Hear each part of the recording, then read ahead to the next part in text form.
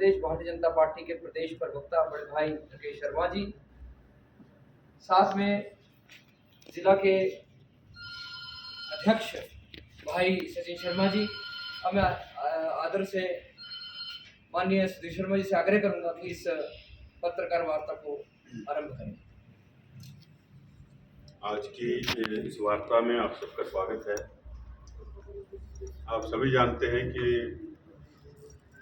हाल ही में हमारे जो राष्ट्रीय अध्यक्ष हैं, केंद्रीय मंत्री, राज्यसभा में सदन के नेता श्री जगत प्रकाश नड्डा जी का 2 दिन का कांगड़ा और चंबा का प्रवास रहा है और कल उन्होंने पत्रकार वार्ता संबोधित करके जो वास्तु स्थिति है वर्तमान सरकार जो कांग्रेस पार्टी की प्रदेश के अंदर है, जो बार बार ये कहती है कि केंद्र सरकार जो है वहाँ से हमें पर्याप्त सहायता नहीं मिल रही, पैसा नहीं मिल रहा, हमारे हकों को जो है वो दबाया जा रहा है, हमारे हक छीने जा रहे हैं, इसलिए प्रदेश के अंदर जो है वो विकासात्मक गतिविधियां जो है वो रुकी पड़ी हैं।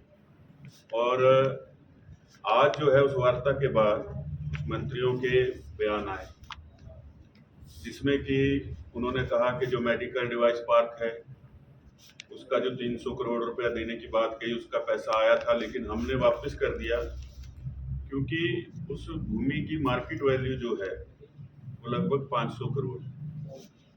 अगर 500 करोड़ है तो अभी तक आपके पास निवेशक क्यों नहीं आए?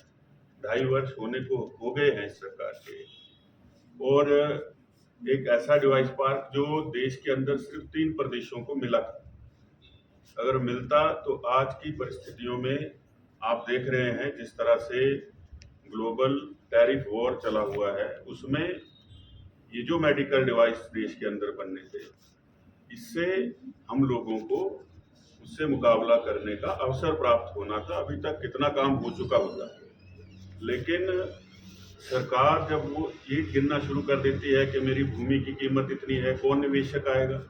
निवेशक आएगा तो निवेशक को भूमि भी चाहिए, बिजली चाहिए, पानी चाहिए, ऐसी परिस्थितियां चाहिए जहां पर वो ये समझे कि उसका निवेश सुरक्षित है। और सिर्फ भूमि से ही आंक लेना कि 500 करोड़ की हमारी भूमि है, आप उससे जुड़ा हुआ रोजगार नहीं देख रहे हैं, आप उससे जुड़ा हुआ ये नहीं देख रहे हैं कि प्रदेश को आर्थिक लाभ कितना होगा। तो एक संकुचित सोच से वर्तमान प्रदेश सरकार जो है काम कर रही है। आज 2.5 वर्ष हो गए हैं, मुख्यमंत्री हर 15 अप्रैल 15 अगस्त को ऐसी जगह ढूंढते हैं जहां आबादी कम हो। ये तो शुक्र है कि कोई टापू नहीं है प्रदेश के अंदर, नहीं तो वहां पर जाकर के अपनी गारंटियों की घोषणा करते कि मैंने पूरी कर दी। ऐसी जगह जाते हैं जहां आबादी बिल्कुल कम हो और वहां पर घोषणा करके आ जाते हैं ये पूरी कर दी, और सदन के अंदर जब जवाब देते हैं तो कहते हैं हमने पूरी गारंटियां जितनी कही थी वो सारी पूरी कर दी। तो इस तरह से छल की राजनीति जो है वर्तमान कांग्रेस सरकार प्रदेश की जनता से कर रही है। अभी हाल ही में बस किराया बढ़ाया गया है, न्यूनतम 10 रुपये कर दिया गया। आप जो है राशन के डिपुओं में देखिए किस तरह से राशन के दाम बढ़े हैं, शराब के ठेकों की नीलामी नहीं हो पा रही। अब आपका मिल्क फेड, जिसने 80 रुपये गाय का दूध और 100 रुपये भैंस का दूध खरीदना था, वो भी शराब बेचेगा, वन निगम भी शराब बेचेगा, सारे विभाग शराब बेचेंगे। ऐसा ना हो कि कहीं सचिवालय के बाहर भी एक ठेका खोल के बैठ जाए। तो ये सरकार की गलत नीतियों का परिणाम है जो ये प्रदेश भुगत रहा है। एक्साइज एंड टैक्सेशन एक ऐसा विभाग जिससे कि सबसे ज्यादा आय इस प्रदेश को आती थी, उसका पूरा दिवालिया निकाल के रख दिया इनकी गलत जो नीतियां हैं उसकी वजह से। आज जो है प्रदेश के अंदर जितना ग्रामीण क्षेत्र है, लगभग इन 2.5 वर्षों में इतनी नोटिफिकेशन निकली हैं कि ग्रामीण क्षेत्र जो है उनको नगर नियोजन के अंदर ले लिया गया, विभाग का विस्तार किया नहीं गया है। तो सारा का सारा बोझ जो है गांव के लोगों पर एकदम से डाल दिया गया। आधे लोगों को तो पता ही नहीं है कि ये कर क्या दिया है, ना इसकी पहले कोई जानकारी दी गई, ना 3 महीने का कोई नोटिस दिया गया, ना सुझाव लिए गए। इससे बहुत बड़ा प्रभाव जो है वो जो ग्रामीण लोग हैं उनके ऊपर पड़ने जा रहा है। सरकार के हालात ऐसे हैं कि ना आप समय पर वेतन दे पाते हैं, ना पेंशन दे पाते हैं। घोषणाएं जो हैं वो कई जगह तो इतनी बड़ी बड़ी कर दी गई हैं कि पैसा है नहीं। केंद्रीय विश्वविद्यालय का तो 30 करोड़ हो नहीं रहा, उसके लिए तो पैसा है नहीं। तो फिर ये पैसा कहाँ से आ रहा है? ये पैसा जो कल श्रीमान जगत प्रकाश नड्डा जी ने गिनाया कि अलग अलग मदों में जो मिला उसको डाइवर्ट करके पेंशन्स में, सैलरीज में और अलग अलग जगह उसको खर्चा गया है, जो कि बहुत बड़ा वित्तीय घोटाला प्रदेश के अंदर, हिमाचल प्रदेश के अंदर हुआ है और सरकार उससे पूरा अपना पल्ला झाड़ रही है। क्या कारण है कि एक मंत्री जो है वो निजी अपना हेलीकॉप्टर लेकर के मुख्यमंत्री जी को आनंद फानंद में मिलने चले जाते हैं? उसके पीछे की कहानी क्या है? ऐसी क्या नौबत आ गई थी कि जिस प्रदेश में इतना बड़ा वित्तीय संकट है वहाँ मंत्री जो हैं वो अपना निजी हेलीकॉप्टर लेकर के जो है दूसरे अपने कैबिनेट के कुलीग को मिलने जा रहे हैं, मुख्यमंत्री को मिलने जा रहे हैं। तो सरकार के अंदर खुद ही हालात ठीक नहीं है। आज ऐसी परिस्थितियां हैं कि शिमला सेक्रेटरीट और शिमला ओवर जो मुख्यमंत्री का सरकारी आवास है, वहाँ जहाँ पर इस प्रदेश से लोग अपनी समस्याएं लेकर के जाते थे, सन्नाटा पसरा रहता है। जनता को पता चल गया है कि प्रदेश के अंदर कोई सुनने वाला रहा नहीं है, उनकी जो समस्याएं हैं उनका निवारण हो नहीं पाएगा।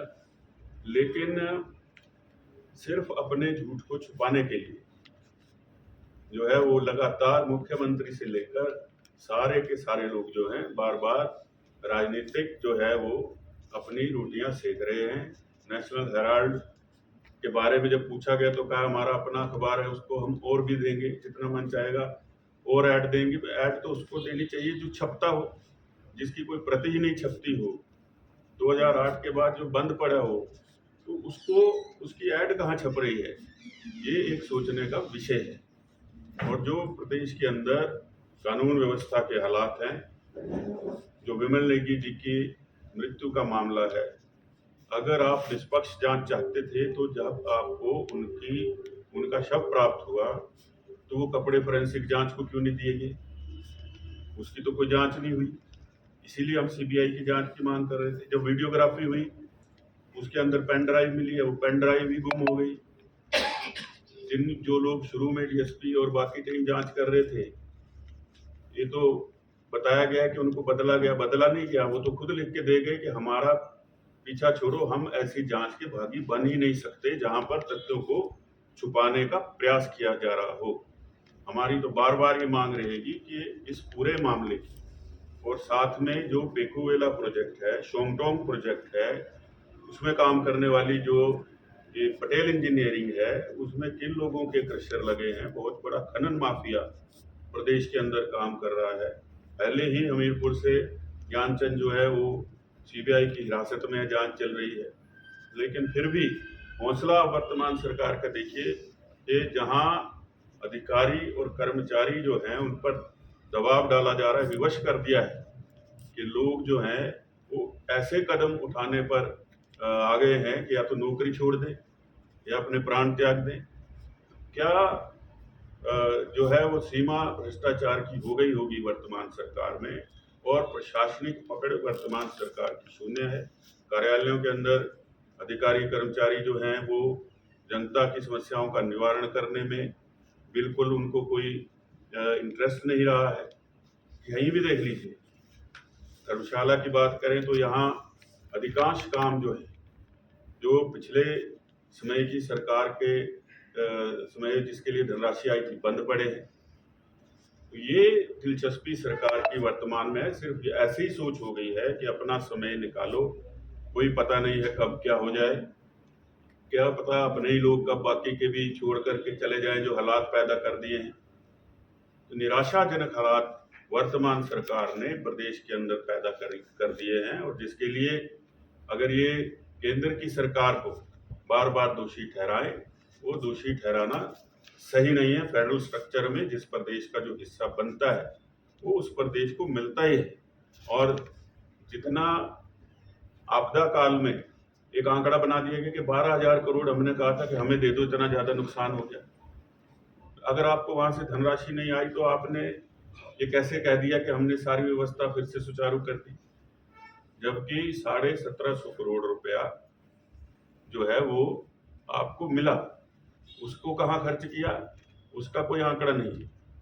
ये हालात वर्तमान सरकार के हैं और जिस प्रकार से माननीय जगत प्रकाश नड्डा जी के ऊपर आज टिप्पणियां की हैं, मैं उसकी घोर निंदा करता हूं और इनको पहले अपने गिरेबान में झांकना चाहिए। अनुभवी लोग रखने चाहिए प्रशासन के अंदर भी, ऐसे लोग नहीं रखने चाहिए जो अब पार्टी करें निजी और पैसा उसका बिल भेज दें जीएडी को।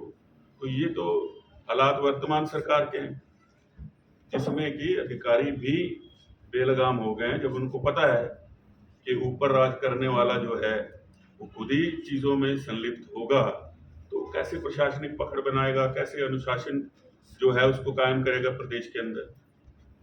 मेरा ये मानना है और प्रदेश की जनता से भी मैं आपके माध्यम से कहना चाहूंगा कि आज तक की सबसे भ्रष्ट और ऐसी सरकार जो बिल्कुल निठल्ली सरकार हो, आज तक के इतिहास में इस प्रदेश ने कभी देखी नहीं। सर, आपने सेंट्रल यूनिवर्सिटी की बात की, जो डिमांड है वैसे